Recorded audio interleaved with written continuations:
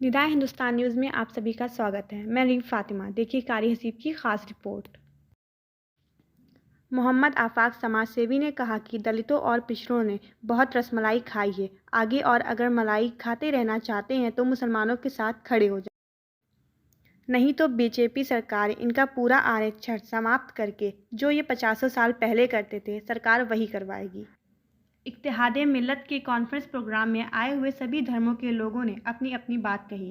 जनगणना का ये भी नफरत का एक बीज है जिसको हल नहीं किया जा रहा है। आज देश में अगर हम नागरिकता को हम सरकार के भरोसे ना रहे, क्योंकि आहत तो हम होते हैं, हमारे लोग आहत होते हैं, तो हमें उसको कैसे प्रमाणित करेंगे, हमें उसे तरीका निकालना चाहिए, उसकी लड़ाई लड़नी चाहिए। हमें केवल संघर्ष नहीं, संघर्ष के साथ साथ उसके निर्माण के लिए हमें आगे बढ़ना होगा।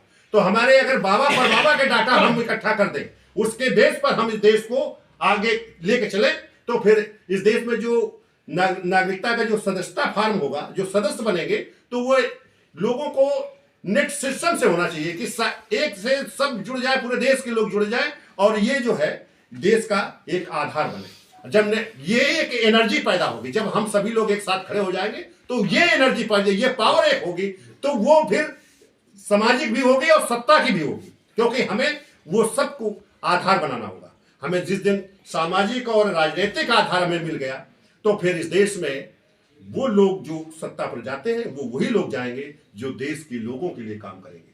जो कि देश के लोगों से हो जाते हैं, तो देश के लोगों के लिए काम करेंगे। वो कोई भी बिरादरी का हो सकता है, ये बात नहीं हम कह रहे कि किसी बिरादरी का हो। आज मेरा नाम महेश पाल है और हम ट्रेड यूनियन एक्टिविस्ट हैं। पिछले 15-16 सालों से all India central council of trade union में अपना कार्यभार देख रहे हैं। इस समय प्रदेश के महासचिव हैं ट्रेड यूनियन में, श्रम प्रकोष्ठ के। बहुत बहुत धन्यवाद आपका। आज की कॉन्फ्रेंस के जरिए से हम आप थोड़ा सा सवाल करेंगे कि जो इत्तेहादुल मिल्लत कॉन्फ्रेंस आपकी है, इस कॉन्फ्रेंस का मेन उद्देश्य क्या है और इसके जरिए से आज क्या क्या बातें रखी गई हैं, थोड़ा सा हम ये जानना चाहेंगे। देखिए, अभी बड़े भाई हमारे पीसी पुरी साहब ने काफ़ी विस्तार से उस पर रखा है। हमारा जो मानना है कि आज के समय में जो दुश्मन खड़े किए जा रहे हैं, वो नकली दुश्मन खड़े किए जा रहे हैं। आज इस्लाम के सामने खड़ा किया जा रहा है कि हिंदू दुश्मन है, और हिंदुओं के सामने खड़ा किया जा रहा है कि इस्लामिक लोग दुश्मन है। ये हमको लगता है कि ये नकली दुश्मन है। असली दुश्मन नई आर्थिक नीतियां हैं, वर्ल्ड बैंक है, IMF है, WTO है।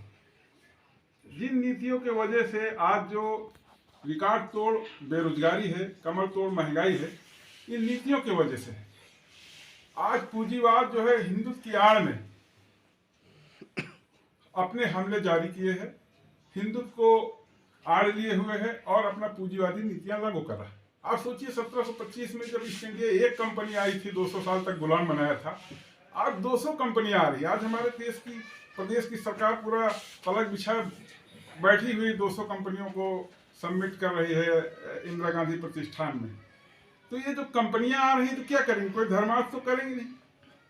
ये तो हमारे देश की संप्रभुता को खरीद रही है। जो राष्ट्रीयकरण हुआ था 2024 का जो चुनाव है लोकसभा का, इसको आप क्या किस नजर से देखेंगे? देखिए, जो विकल्प के तौर पे जो भाई ने कहा है कि साधी विरासत, साधी शहादत और गंगा जमनी तहजीब जो हमारी भाईचारे की है, हम उसको मजबूत करेंगे तो एक नया विकल्प खड़ा होगा। ये हिंदुत्व के सामने बंधुत्व की जरूरत है।